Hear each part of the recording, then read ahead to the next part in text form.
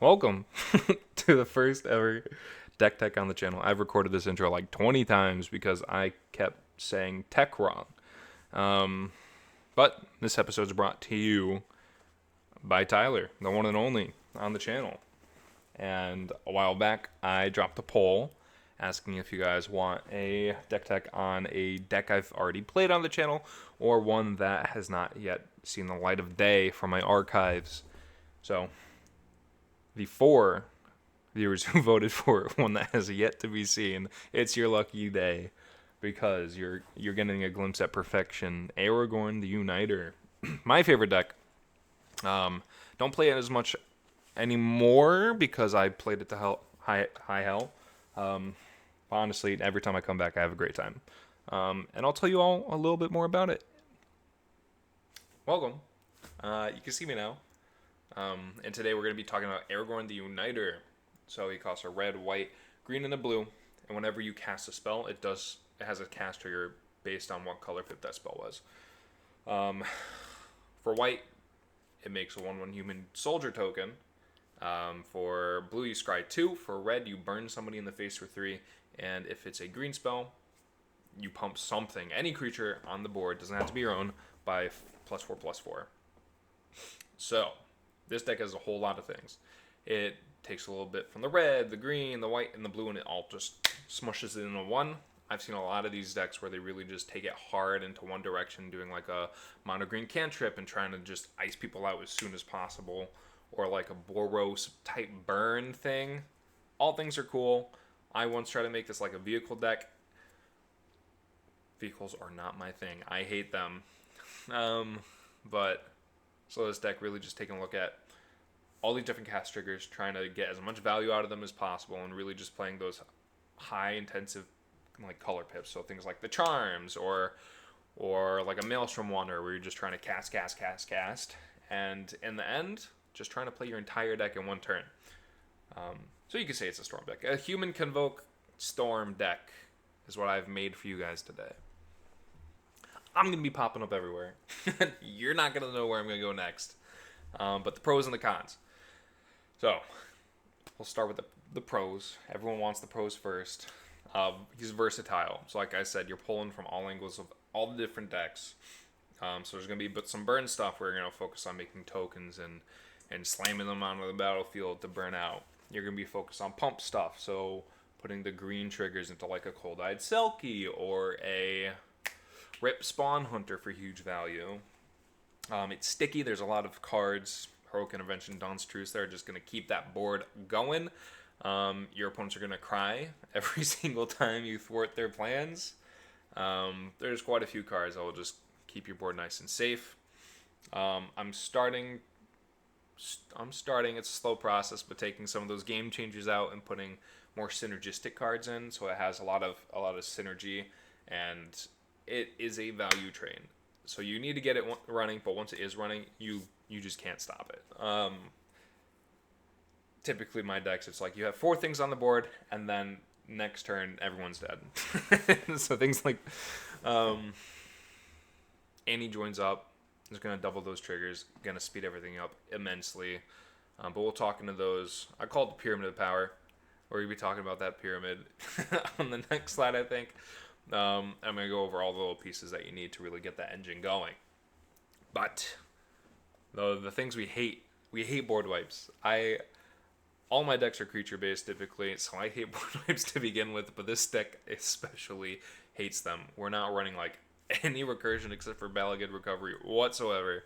So you really got to be careful with if you overextend, if you become the villain first, if you do any of those things, you got to make sure you have some of that protection in hand to stop them.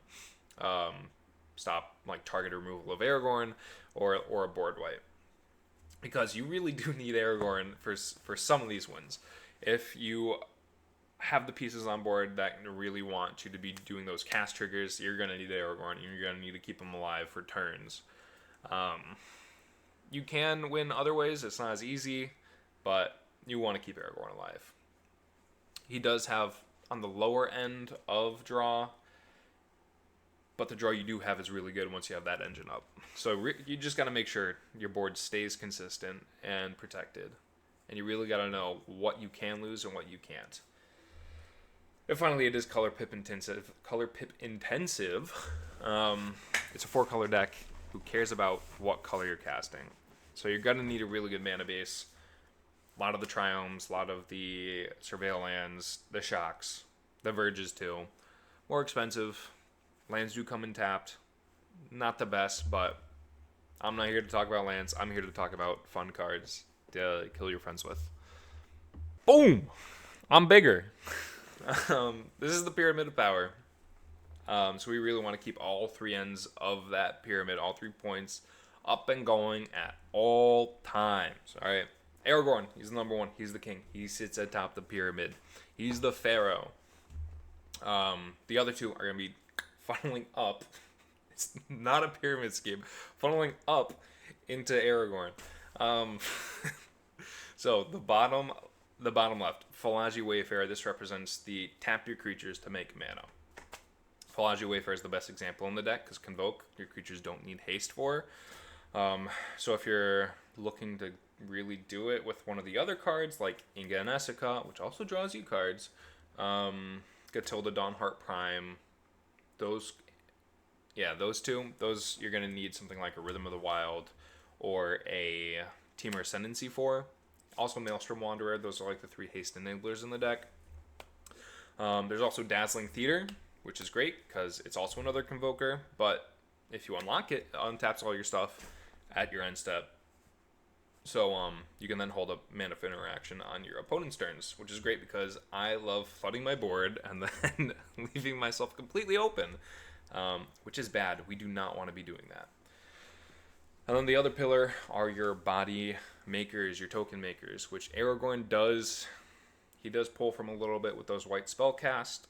54% of our deck has white pips in it, so we're going to be making a lot of those 1/1 soldiers, which we can then use to convoke and tap for mana. But there's also General Ferrous Rockrick, which makes red and white golems, 4/4 golems. So that can also trigger like Karuga and stuff like that. That's incorrect. I said something incorrect. Cut that out. Temur Battlecry. That's what I want. It can trigger Temur Battlecry. But anytime you cast a multicolor spell, which is like the entirety of the deck, you make a red and white golem. That's a 4/4. Or Hero of Precinct 1, same thing, but it makes a 1/1. Or Tauren's Fist of the Angels, cast a creature, make a 1/1, green-white. Or Selvala Eager Trailblazer, make a mercenary that's red and white. So a whole bunch of these things to just make bodies, which we can either use to tap or swing for. Meet my boy Treebeard. So much ramp. The ramp package.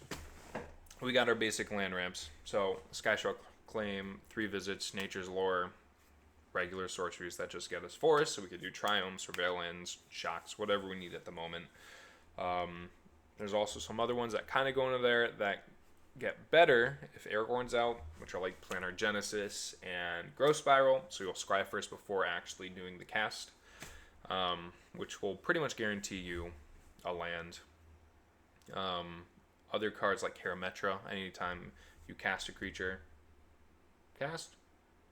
anytime you cast a creature spell, you're going to search for a plains or forest. Great, comes in tap, that's okay. Galadriel, First of Lothlorien. Anytime you scry, you can reveal the top. If it's a land, put it on the battlefield tapped. Great card. Or the other Galadriel, when a creature ETBs, get 3 green. It's transient mana, but it's still pretty good. Since you're getting a lot of creatures anyways, might as well get it. Mana dorks of like Bloomtember, Faber Alder, they're going to be tapping for 4 mana each. Disgusting. Birds of Paradise, that's also just a nice little floater mana. Also flies, so you can pump it up late game for a big beefy swing if you want to. There are the Convokers that we've already talked about, and then the cost reducers. Things like Temur Battlecry, which is going to really lower the cost of your cards. Sarah Ferrant, she's also great. She's going to reduce the cost of legendary creature spells you cast, which most of the deck is. And later in the game, she flips over, just pumps your board by 2. So that's also another great benefit of her. Um, and then two great cards. Nassim hates this next one, but Adeline Jackal. Oh, that's some king shit right there. Trample Haste. It's 3 mana, but Trample Haste 2/2. You pump it. You just pump it with green spells. It's getting no problem. Anytime it deals combat damage, 2 for a basic, put it on the battlefield tapped. Fantastic card. You didn't see that. Fantastic card. It's never done me wrong. It is great. The last one is Helga, also a mana dork, but it draws you cards. It is a big beefy boy once you cast enough creatures, and also gains you some life, so a little bit of sustain. The interaction completely relies on protecting the pyramid. So you're running a lot of protection stuff. Your Heroic Intervention, your Dawn's Truce. What else we got? Like Boros Charm. We've got Simic Charm, making all your things hexproof, indestructible. And also just getting like those massive amount of color pips. So all of your charms, they're going to do some weird stuff. They're either going to like counter target specific spells of like instants, bounce creatures, put them on the top or the bottom of your opponent's library, stuff like that. They can all do some pretty weird stuff, but they also have different modes of like drawing a card or giving things lifelink or making more bodies. They can all do a lot of niche different things that can be suitable for specific situations. So they're not always the best, but they're really good to run in this because you're getting the 3 different color pips, which is then just going to give you that extra value on cast. I don't run a lot of counter spells in this deck, or really most of my decks. I should run more. I'm not going to, but Mana Drain, Dovin's Veto. I think Jeskai, one of the charms, also is just a direct counter. Those are the 3 counter spells I run, and then I do run 2 game changers in here. Psych Rift, which is kind of a win con, not really. It just ensures that all your damage is getting through, or to bounce one specific creature your opponent has. And then also Aura Shards, which is quite frankly absolutely disgusting in this deck. So anytime you cast a spell, you're making a body essentially, and that spell most likely is going to be a creature. So you're going to be getting like 2 triggers of Aura Shards every time you cast a creature spell, which is going to piss your opponents off. They're gonna tremble in their booties, and you're gonna destroy them. Another notable card here will probably also be like Hajar, Loyal Bodyguard. That's another thing that's just gonna protect your board, but it's also gonna incentivize, de-incentivize, whatever the word is. It's gonna make it so your opponents just don't want to cast board wipes either, because it's literally on board. They can see it. So it's just they're not gonna want to do it. They're not gonna play into it essentially. But if they are, then you can just sack him, save your whole board. Pretty great. And he's a body. pretty dang great. On to the next. The draw. Honestly, my least favorite part about this deck, but also my favorite at the same time, because you can draw a disgusting amount of cards with this. Pretty much all the card draw is on board. There's some instant speed stuff with like the charms, but that's drawing like 1 or 2 cards total. The big heavy card draw is through these creatures that you see in front of you and a couple more. But Titan of Litjara, great. Name humans, he enters, draw 6, discard 1, right? Have one of your haste enablers out, do it again. Like, he just draws you so many cards.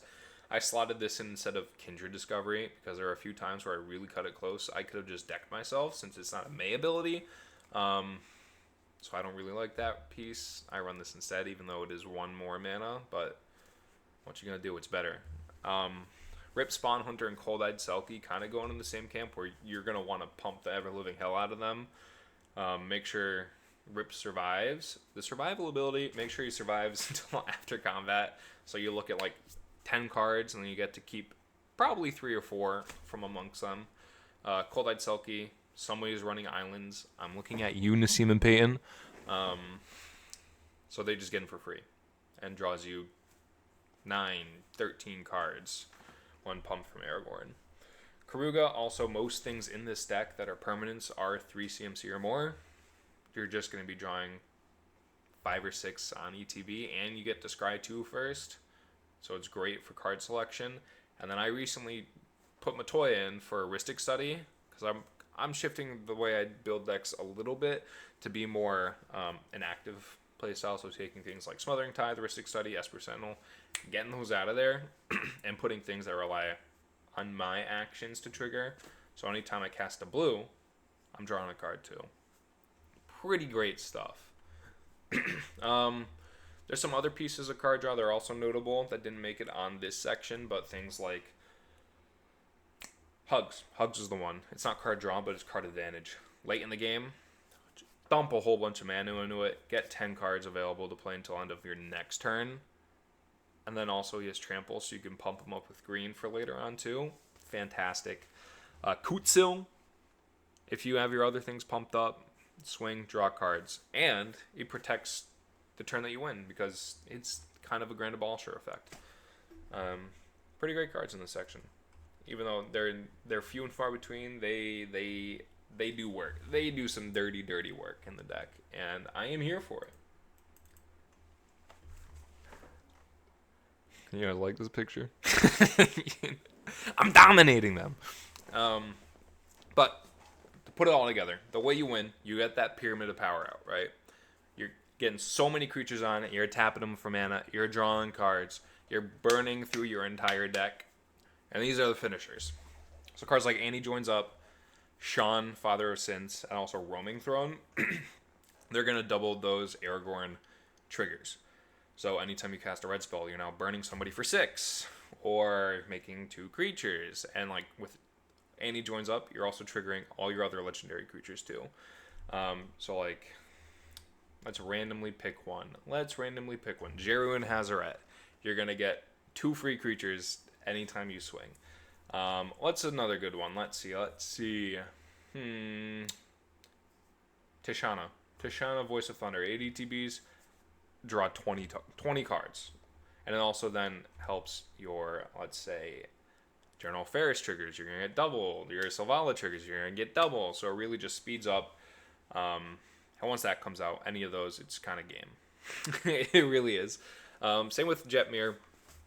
I'm going to put this and like a Chroma's Will into the same category. And Aragorn, King of Gondor. When they come in, Jetmir is going to pump your board up, give it Vigilance, Trample, Double Strike. So that's a finisher on its own. Put a Chroma's Will on top of that. Nobody can block. Or Aragorn, King of Gondor, ETBs. And if it attacks, so I'll give you that. If it attacks, so if you have a Haste Enabler out, no one can block. That's just GG right there, probably. Most likely, it's GG. That's the only time you're casting him.